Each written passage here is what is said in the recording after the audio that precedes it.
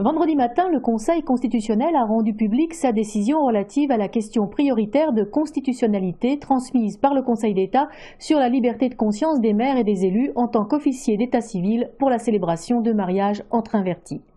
Sa réponse a été non. Au passage, on notera que cette décision ridiculise un peu plus M. Bricolage qui s'était engagé il y a moins d'un an au Congrès des maires à faire respecter cette liberté de conscience. Mais sur quelle question d'actualité a-t-il encore un peu de crédibilité? La réponse du Conseil constitutionnel pouvait-elle être autre? Quand on connaît sa composition, on en doute. Maison de retraite de luxe pour ancien président de la République révoqué, le Conseil constitutionnel a maintes fois regardé la Constitution se faire violer sans pour autant sortir de sa torpeur. Comme tous ces conseils que les Français adorent, qu'ils soient constitutionnels, économiques, sociaux ou environnementaux, ils ne sont là que pour donner un semblant de légalité à des mesures impopulaires, voire illégales et parfois même immorales. Si l'on veut une preuve du caractère politique de cette décision, il n'y a qu'à constater la rapidité avec laquelle elle a été expédiée, en moins de 2 semaines, alors que d'habitude les apparences sont sauvées en 2 ou 3 mois.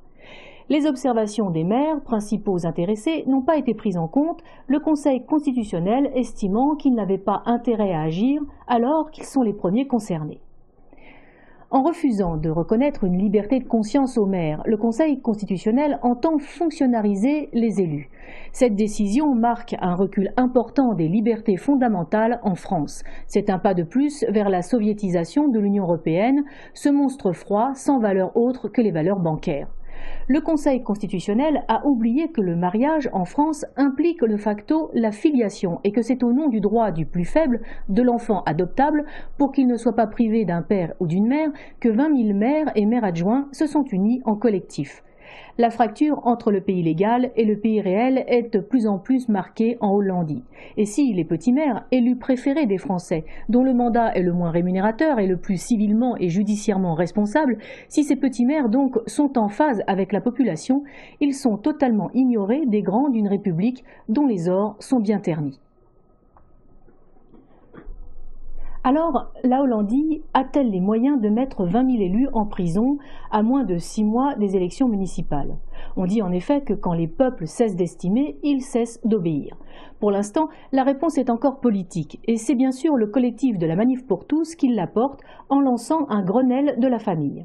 Ouvert à tous, ce Grenelle de la famille se tiendra partout en France et rassemblera des acteurs engagés dans le domaine de la politique familiale.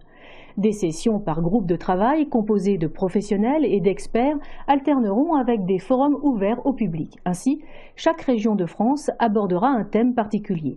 Le couple pour la province Est, l'enfant et la filiation pour la province Ouest, l'éducation pour les provinces du Nord, la qualité de vie, cadre de vie et santé, entre autres, provinces du Sud-Ouest, la solidarité intergénérationnelle pour les provinces du Sud-Est et la lutte contre la paupérisation pour les provinces du Centre.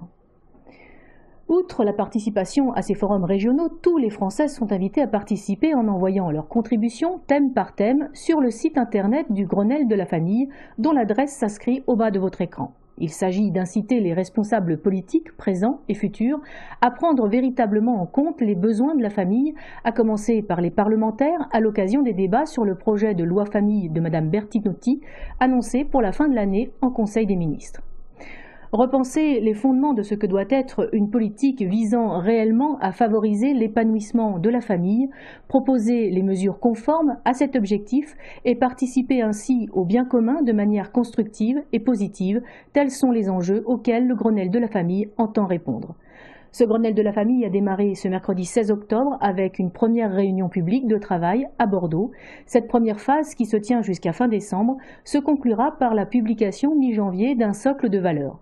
Celles-ci seront déclinées et chiffrées au plan économique dans une proposition de loi famille alternative à celle de Mme Bertinotti et du gouvernement de M. Bricolage.